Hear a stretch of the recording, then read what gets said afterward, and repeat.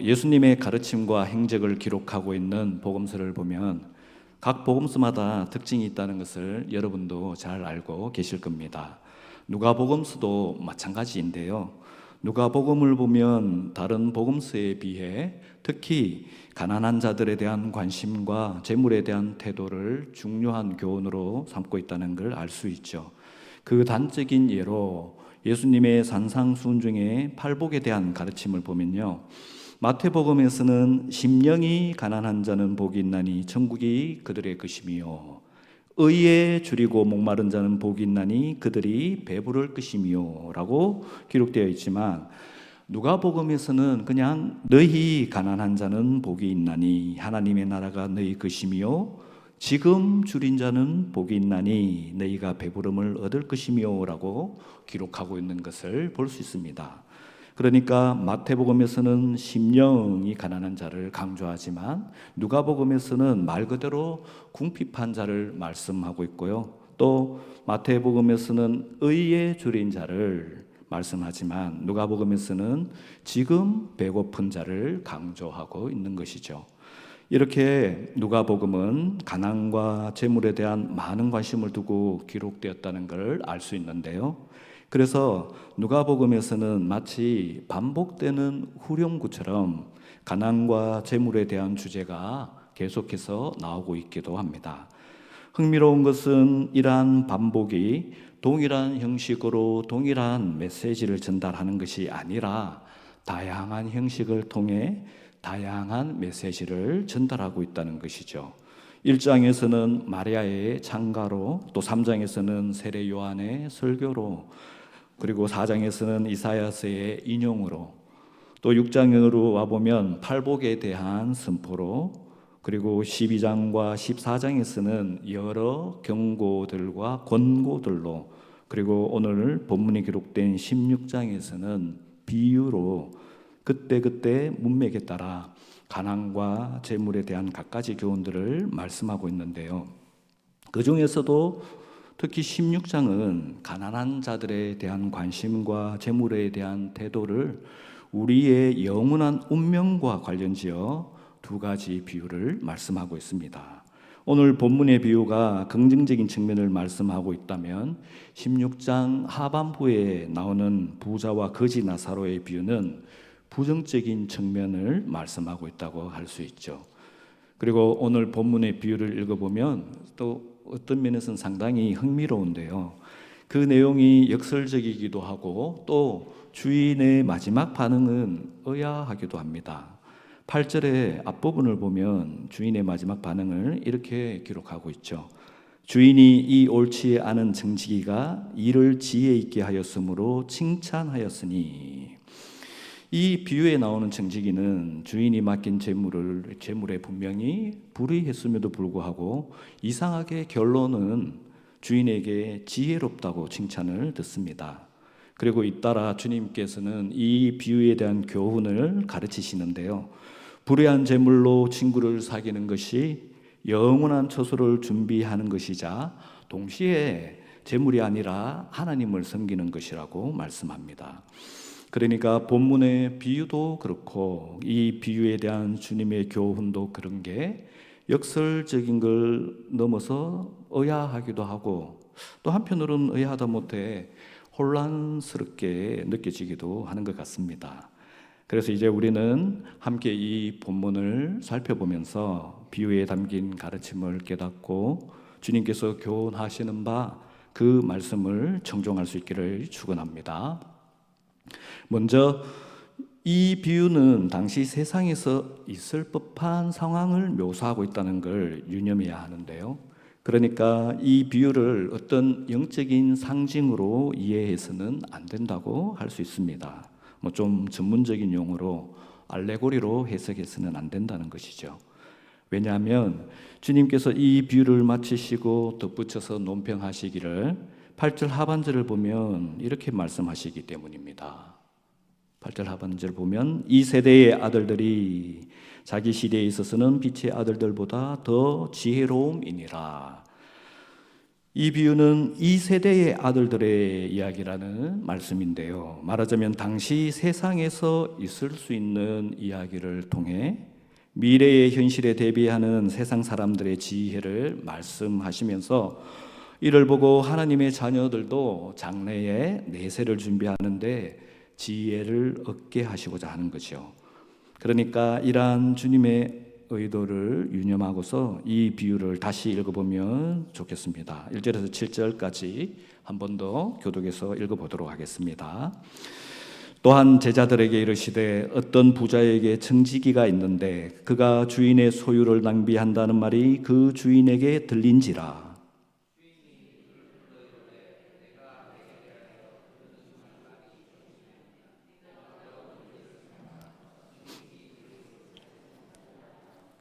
청지기가 속으로 이르되 주인이 내 직분을 빼앗으니 내가 무엇을 할까? 땅을 파자니 힘이 없고 빌어먹자니 부끄럽구나.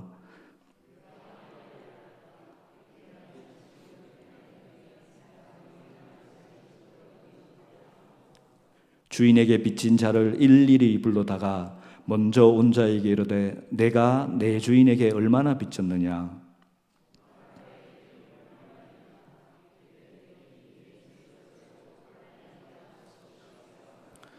또 다른 이에게 이르되 너는 얼마나 빚졌느냐? 이르되 밀백석이니이다. 이르되 여기 내 정서를 가지고 80이라 쓰라 하였는지라. 이 비유를 방금 읽어봤던 것처럼 주인공은 청지기인데요. 헬라어로 청지기라는 말은 일반적으로 그 가정일을 돌보는 집사를 가리키는 용어였습니다. 그런데 당시 로마 사회에서는 이러한 집사들 중에 이렇게 능력 있는 자에게는 주인의 그 재산을 관리할 수 있도록, 그리고 또 사업적으로도 주인을 대리할 수 있도록 권한을 주기도 했었죠. 우리가 구약에서 익히 알고 있는 것처럼 요셉이 보디발 장군의 가정에서 했던 역할과 비슷한데요. 근데 이 로마 시대 당시의 이 청지기의 역할은 오늘날에는 거의 어떤 면에서는 전문 경영인의 역할까지 했다고 볼 수 있습니다. 물론 오늘 본문의 청지기도 단순한 가정집사가 아니라 대단히 부유한 사람의 재산을 도맡아 관리했던 대리인인 것을 알 수 있는데요. 6절과 7절을 보면 그가 각각의 거래에서 다루었던 재물의 규모가 상당하다는 것을 알 수 있습니다. 당시 기름 100말의 경우 대략 1000데나리온 정도였고 밀백석은 대략 2500데나리온 정도였습니다. 1데나리온은 일반 노동자의 일당에 상당하는 금액이었는데요. 그러니까 오늘날 일당을 간단하게 10만 원 정도로 환산해서 계산해 봐도 각각 1억과 2억 5천만 원 정도의 거래라고 할 수 있죠. 이런 사실을 토대로 보면 본문의 부자는 대단한 자산가이고 청지기가 그의 재산을 관리하며 대리했던 그 거래 규모도 상당했다는 것을 알 수 있습니다. 그러나 이 청지기가 자신의 직무에 불이하다는 사실이 부자에게 알려지는데요. 그가 주인의 소유를 낭비한다는 것이었습니다.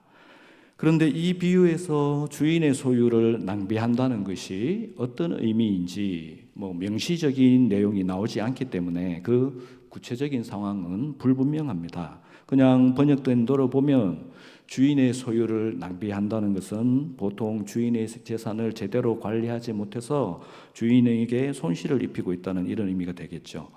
그런데 6절과 7절에 기록된 내용에 따르면 이 청지기가 주인에게 빚진 자들을 불러서 하는 일이 그들의 변제 금액에 대해서 그 각각에게 대략 500데나리온 정도를, 오늘날로 말하자면 5천만 원 정도의 그 액수를 감면해 준 것인데요.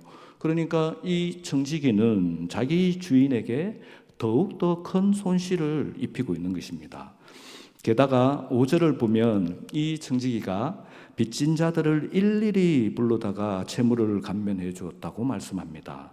단지 예를 들어 두 사람이겠지만 그 두 사람만이 아니라 주인의 재산으로 거래했던 모든 사람들에게 그렇게 했다는 것을 암시하고 있는 말씀입니다. 그러니까 사실 이 청지기는 자기 주인에게 의도적으로 어마어마한 손실을 더 입히고 있는 거죠. 그런데 그러한 사실을 모두 알고 나서도 이 청지기가 일을 지혜 있게 했다고 주인이 칭찬한다면 그것은 당시 제자들에게 전혀 공감될 수 없는 현실성 없는 넌센스가 될 뿐인 것입니다. 왜냐하면 당시 로마 사회에서 청지기가 그런 식으로 했다면 당연히 그는 주인에게 고소당할 뿐만 아니라 로마 법에 따라서 상당한 법적 처벌을 받게 될 것이고 결과적으로 그 사회에서도 그냥 배제될 수밖에 없기 때문입니다. 그런데 어떻게 청지기의 그런 행실이 당대의 현실에서 미래를 대비하는 지혜로운 처신으로 제자들에게 받아들여질 수 있겠습니까? 당연히 그럴 수가 없겠죠. 그러면 도대체 주인의 소유를 낭비한다는 것은 어떤 의미를 두고 하신 말씀일까요? 낭비하다로 번역된 헬라어는 디아서 코로피조라고 하는데요. 이 말의 원래 뜻은 낭비하다라기보다 여기저기 헛뿌리다라는 의미입니다. 말하자면 여기저기 헛뿌린다는 의미에서 확장되어서 낭비하다라는 뜻으로도 사용되는 것이죠. 그러니까 주인의 소유를 낭비한다는 것은 주인의 재산을 여기저기 헛뿌린다는 것으로 이해할 수 있습니다. 그리고 이런 의미를 고려해서 추측해 보면 이 비유를 다음과 같이 재구성해 볼 수 있는 것이죠. 원래 청지기의 직무는 주인의 재산을 관리하고 사업상의 거래를 대리하는 것이었습니다. 주인이 대부업자가 아닌 이상 청지기가 주인의 재산을 가지고 다른 사람에게 빌려주는 그런 일을 할 필요는 없었던 거죠. 그런데 이 청지기는 주인의 많은 재산을 가지고 주인 몰래 주인의 명의로 다른 사람들에게 사업 자금을 빌려주었던 것입니다. 앞에서 살펴보았지만 빚진 자들의 채무 규모가 상당한 액수이기 때문에 이는 생계를 위한 것이라기보다 사업을 위한 것이라고 볼 수 있죠. 어쨌든 주인은 대단한 자산가였고 그러한 자산을 투자받기 원하는 사업가들은 많았을 겁니다. 이에 그 청지기는 주인의 허락 없이 주인의 재산을 주인의 이름으로 여러 사업가들에게 빌려주었던 것이죠. 그러니까 이런 식으로 주인의 재산을 여기저기 헛뿌려 놓았던 것입니다. 말하자면 이 청지기는 주인의 재물을 가지고 주인의 이름으로 다른 사람들에게 사업자금을 빌려주고서 나중에 다시 상환받으면 원래 액수의 그 재물은 주인의 창고로 다시 되돌려 놓고 그 수수료와 이자는 자신이 챙겼던 거죠. 그러니까 이 청지기는 주인의 재산을 유용해서 자신의 이득을 챙겼지만 실제로 주인의 재산에 손실은 입히지 않았던 것입니다. 그런데 이 청지기가 주인 몰래 사업 자금을 빌려주어서 주인의 재산이 여기저기 헛부러지게 된 것을 주인이 알게 되었고 그래서 주인은 이 청지기가 주인의 소유를 낭비한다는 이유를 들어서 해고하게 된 것이죠. 그리고 이제 실업자가 되게 된 이 사람은 자신의 불확실한 앞날을 대비해서 아주 기민하게 움직이는데요. 앞에서 본 것처럼 자신이 주인의 재산으로 빌려주었던 사업 자금을 관련된 모든 채무자들에게 각각 5천만 원씩 그 정도로 큰 금액을 감면해 준 것입니다. 근데 이것이 그 원래 빌려주었던 사업자금의 원금이라기보다 당시의 기준으로 수수료와 이자에 해당하는 액수입니다. 그러니까 이 사람은 자신이 챙기려고 했던 엄청난 수수료와 이자를 모두 포기하고 주인의 재산에 해당하는 원금만 갚을 수 있도록 해준 것이죠. 그런데 그런 상황에서 아직은 청지기직에서 해고되기 이전이기 때문에 그 사업 자금을 빌렸던 사람들은 그냥 영문도 모른 채 로또 맞은 것처럼 상당한 액수를 감면받았고, 그러니 그들은 이 청지기에게 은연중에 큰 신세를 지게 된 것입니다. 당시 로마 사회의 그 문화적 배경으로 이렇게 호의를 받으면 상호적인 윤리에 따라 받은 호의를 반드시 되갚아주는 것이 원칙이었는데요. 그러니까 이 청지기는 해고 이후를 대비해서 아주 훌륭한 보험을 든 셈이 된 거죠. 물론 채무자들은 나중에 정직이가 해고되고 모든 사실이 그게 퍼지기 전까지는 그런 혜택을 정직이가 베푼 것인지는 몰랐을 겁니다. 정직이는 주인의 명의로 주인의 재산을 빌려 주었을 것이기 때문에 그때까지 그들은 청지기 주인이 뜻밖의 호의를 베푼 것으로 생각했을 것입니다. 그래서 이에 그들은 그 주인에게 아주 감사했을 것이고 또한 그 주인을 매우 칭송하기도 했을 것입니다. 말하자면 그 청지기는 주인의 재산에는 손실을 입히지 않으면서 주인의 명성에는 칭송을 더해 주었던 것입니다. 뿐만 아니라 자신이 실직하게 될 미래에 자신을 후원해 줄 여러 친구들도 마련해 두었습니다. 그러니까 이 모든 사실을 알게 된 주인은 그 청지기가 자신이 낭비한 주인의 재산과 관련해서 기민하고 영리하게 처리한 것을 깨닫게 되고, 그러니까 그 청지기가 불의했음에도 불구하고 그를 칭찬하지 않을 수 없었던 것입니다.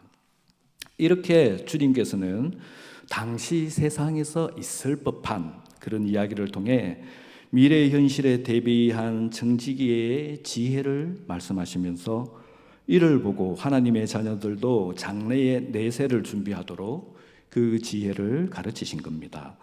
그리고 주님께서는 이 비유와 관련된 권면으로 이렇게 말씀하시죠. 9절입니다. 다 함께 읽어보면 좋겠습니다. 내가 너희에게 말하노니 불의의 제물로 친구를 사귀라. 그리하면 그 제물이 없어질 때에 그들이 너희를 영주할 처소로 영접하리라. 주님께서는 비유를 통해 청지기가 자신이 해고당한 후에 자신을 영접하고 도와줄 친구를 얻기 위해 불의의 재물을 지혜롭게 이용했다고 말씀하십니다. 그리고 이 세상의 사람들이 이런 식으로 불의의 재물을 사용하여 자신의 미래에 닥칠 현실을 지혜롭게 대비하는 것처럼 주님을 따르는 우리에게도 그렇게 하라고 권면하십니다. 말하자면 자신이 맡게 될 미래의 현실을 대비하기 위해서 불의의 재물을 영리하게 사용한 그 청지기의 지혜를 우리가 맞이할 장래의 영생을 준비할 수 있도록 우리 자신에게도 그 지혜를 적용하라는 말씀이죠. 그러기 위해서 이 비유에 내포된 재물과 관련된 주님의 가르침을 먼저 정리해 보면 다음과 같습니다. 첫째, 우리는 재물의 주인이 아니라 재물의 청지기입니다. 그러니까 주인의 뜻이 아니라 우리 마음대로 재물을 사용한다면, 특히 자신의 이익만을 위해 재물을 사용한다면 우리는 불의한 청지기가 될 수밖에 없는 것입니다. 그리고 이렇게 불의한 청지기는 주님에게서 쫓겨날 수밖에 없는 것입니다.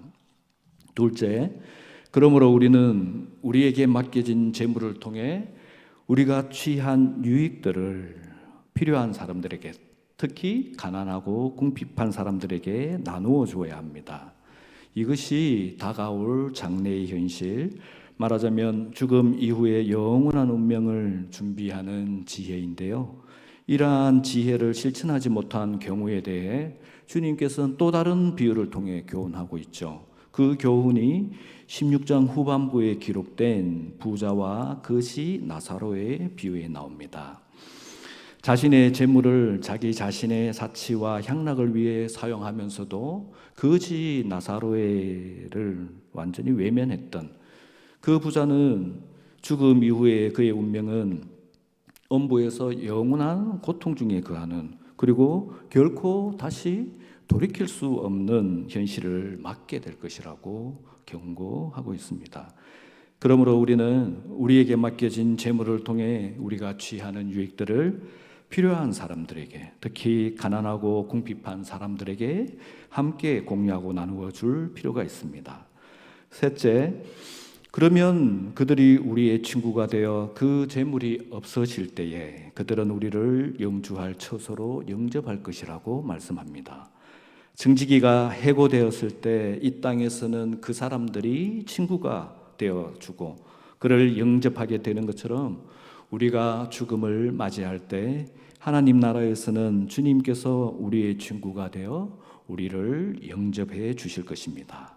왜냐하면 가난하고 궁핍한 자들을 도우고 보살핀 것이 곧 주님께 한 것이라고 말씀하시기 때문입니다. 그래서 구약에서도 잠언 19장 17절을 보면 이렇게 말씀하고 있기도 하죠. 가난한 자를 불쌍히 여기는 것은 여호와께 구워 드리는 것이니 그의 선행을 그에게 갚아 주시리라. 마지막으로 우리의 모든 재물의 참된 주인이 누구신지 그 유익을 얻는 사람들이 분명히 알게 함으로써 유익을 받은 사람들이 감사와 칭송을 주님께 돌릴 수 있도록 해야 합니다. 말하자면 우리의 이름으로 가난하고 궁핍한 사람들을 돕는 것이 아니라 주님의 이름으로 그들을 도와야 한다는 건데요. 그렇게 함으로써 그들 또한 주님을 알게 되고 주님께 감사와 칭송을 드릴 수 있는 것이죠. 이상과 같이 비유를 통해 가르치신 주님의 교훈의 핵심은 우리에게 맡겨진 재물을 통해 우리가 취한 유익들을 가난하고 궁핍한 사람들에게 나누어 주는 것. 그리고 바로 그것이 죽음 이후에 영원한 운명을 준비하는 지혜라고 말씀하는 것입니다. 간단히 말해서 우리의 구제와 자선이 우리의 구원과 영생에 밀접한 관련이 있다고 말씀하시는 것이죠. 혹시나 오해하실까 봐 미리 말씀드리지만 지금 저는 구제와 자선과 같은 그런 선행으로 우리가 구원과 영생을 얻는다고 말씀드리는 것이 아닙니다. 누가복음에서 반복적으로 강조되고 야고보서에서도 강력하게 말씀하는 바 믿음의 진정성은, 그러니까 그 믿음이 진짜인지 가짜인지는 구제와 자선의 실천으로 드러난다는 것을 말씀드리는 것입니다. 왜냐하면 재물은 언제든지 우상이 될 수 있기 때문인데요. 그 재물을 하나님을 섬기는 도구로 사용해서 이웃을 섬기는 데 사용하지 않는다면 재물은 인생의 목적으로 변질되어 언제든 하나님을 대신하는 우상이 될 수 있기 때문입니다. 그래서 오늘 본문의 마지막 구절 13절에서도 이렇게 말씀하고 있지 않습니까? 다 함께 같이 읽어봅시다. 집 하인이 두 주인을 섬길 수 없나니 혹 이를 미워하고 저를 사랑하거나 혹 이를 중히 여기고 저를 경히 여길 것임이니라. 너희는 하나님과 재물을 겸하여 섬길 수 없느니라.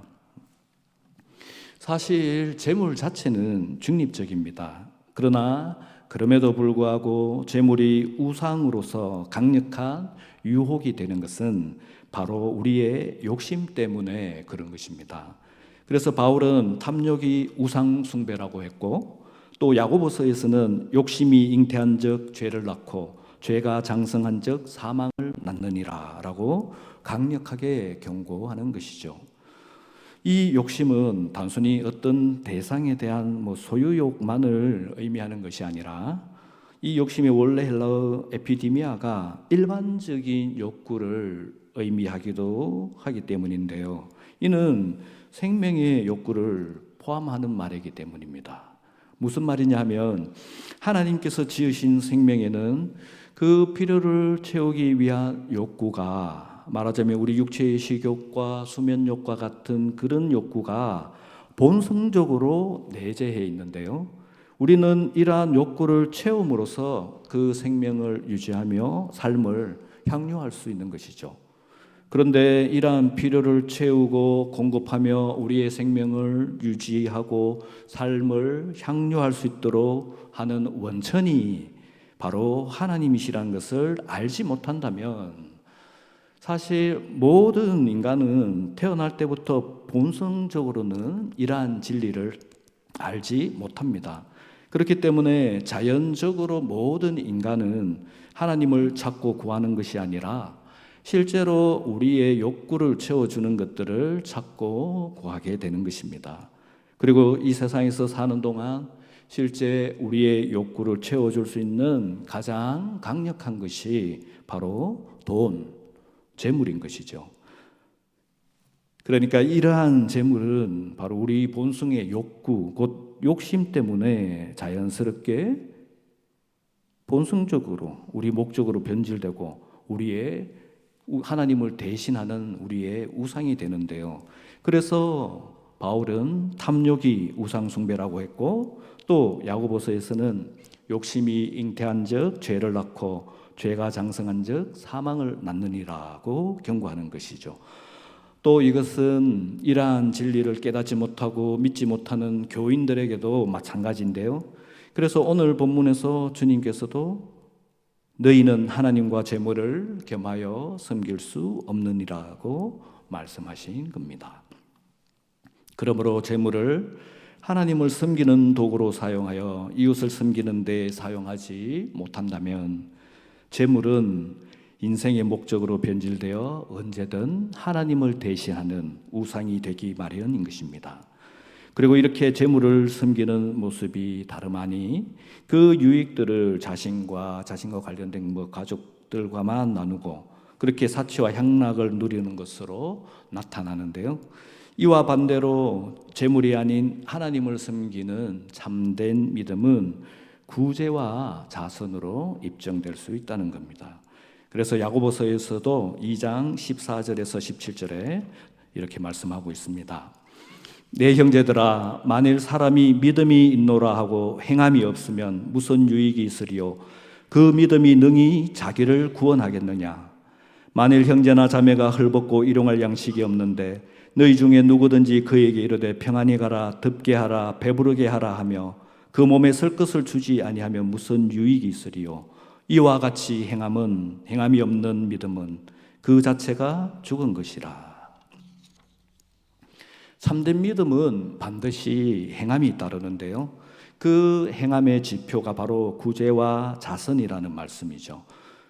그래서 오늘 본문의 비유와 짝하고 있는 부자와 거지 나사로의 비유도 그렇고 또 몇 장 더 넘겨보면 18장에서 예수님과 부자 관리의 그 대화에서도 그러한 교훈을 분명하게 말씀하고 있습니다.